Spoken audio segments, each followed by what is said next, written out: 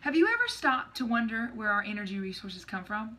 If you're tired, you can just stop and chug a pumpkin spice latte or a Red Bull and you're good to go. There isn't, however, an alternative to 5-hour energy for the Earth.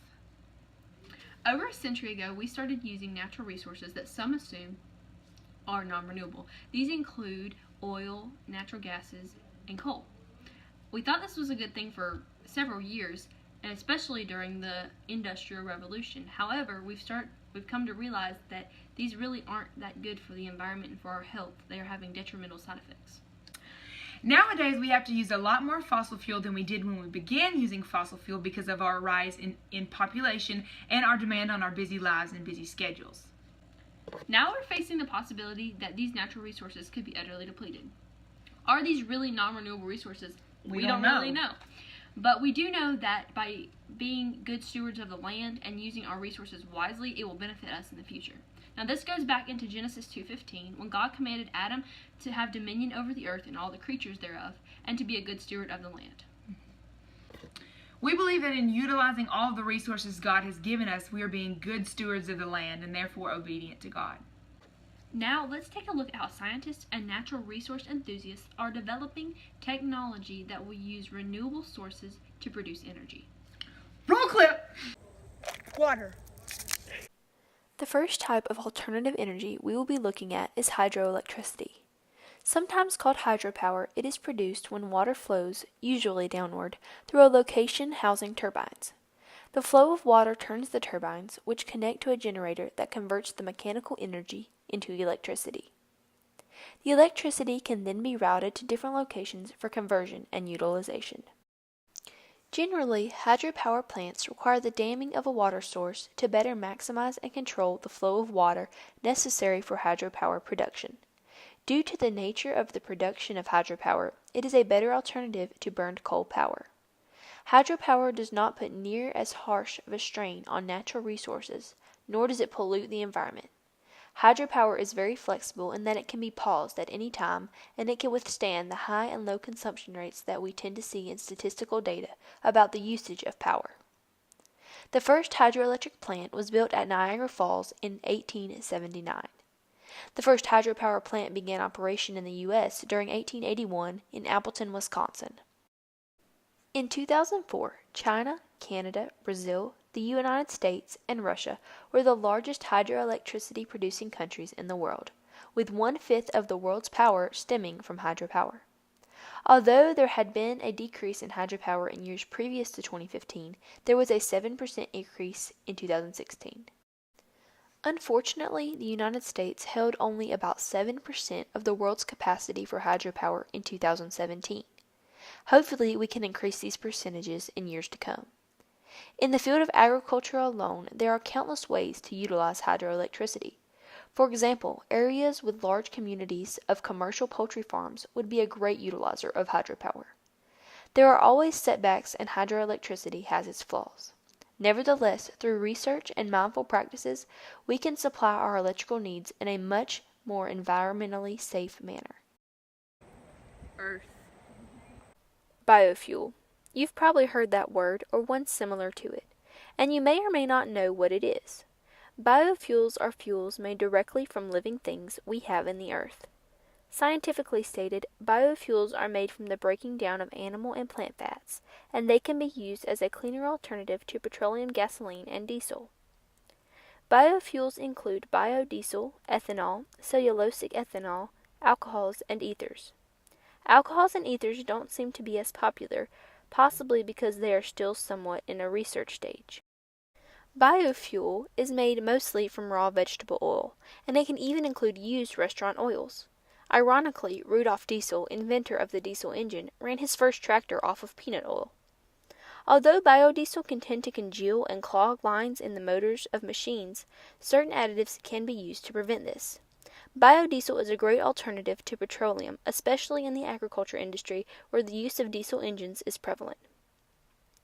Ethanol is made in the same manner as beer through the fermentation of yeast with a couple of extra processes. Ethanol is probably the most commonly known biodiesel due to its more recent popularity in gasoline and at gas stations. Ethanol requires less energy to produce than gasoline, seemingly promoting itself as a better alternative fuel or fuel additive. Cellulosic ethanol is made from plant fiber or cellulose and is rapidly becoming popular. Plant residuals such as corn husks, plant stems, and forestry leftovers can be utilized in the production of cellulosic ethanol, as well as plant material from rapid growth renewable indigenous grasses such as switchgrass. Other biofuels include alcohols and ethers, but they don't seem to be as well known or used. Biobutanol made from biomass and methanol, otherwise known as wood alcohol, are two examples. Sun. Much like wind energy, solar energy is a free source. It was actually the first energy source in the world, as it says in Genesis when God separated the light from the dark and created the sun and the moon. It was in use much earlier before humans even learned how to light a fire. Did you know many living things are dependent on solar energy, from plants to aquatic life and all the way to animals? Solar energy is one of the alternative energy sources that is used most widely across the globe. About 70% of the sunlight gets reflected back into space, and we have only 30% of that sunlight left to meet up our energy demands. Did you also know that solar energy is used for many domestic things such as drying clothes and heating food? Now, there are two kinds of solar energy: active solar energy and passive solar energy. Passive solar energy basically uses duration, position, and the sun's rays intensity to its advantage in heating a particular area. Active solar energy, on the other hand, uses electrical technology and mechanical technology like collection panels in capturing, converting, and storing of energy for future use. Solar energy does not create any pollution and is widely used by many countries. It is a renewable source of power since the sun will continue to produce sunlight forever. Now, although solar energy cannot produce when the sun is not shining, its advantages are far outweighing its disadvantages, which make it a viable source of producing alternative energy. Wind. Wind is a resource that has been used for several years, as it is something that has always been available. Generators are used to harness the kinetic energy of wind. It is gaining worldwide popularity as a large-scale energy source, although it still only provides less than 1% of global energy consumption. People have been putting wind energy to use throughout history to propel sailboats, mill flour from grain, and pump water. Did you know a single windmill can power the crop irrigation and the family energy needs, such as water pumping and electric lights? However, in the present time, there are several windmills that are used to generate required energy mostly for industrial uses. Many of the wind turbines can capture much power all at once before feeding it to the power grid. This is commonly known as wind farms and has been in use for many years all around the world. It is only the United States that is going slow in terms of accepting this alternative energy source. Take a second to think about what we have discussed so far. What we do now affects our future. How we view our Earth and how we treat it directly correlates with our lifestyles as parents, siblings, teachers, grandparents, agricultural enthusiasts, farmers, and inhabitants of the Earth. The burning of fossil fuels is having a significantly negative impact on our environment.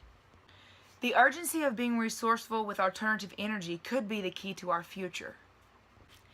If we do not become serious about taking care of our Earth, we might not have an Earth to care for anymore. One of the avenues we can use to display care for our Earth is by using or being intentional in our use of natural resources. What better way to preserve the environment than to use the resources that God has blessed us with? As Native American Chief Seattle, Ralph Waldo Emerson, and countless others have warned us, we do not inherit the earth from our ancestors, but rather we borrow it from our children. As you have seen, there are countless benefits to utilizing alternative energy sources.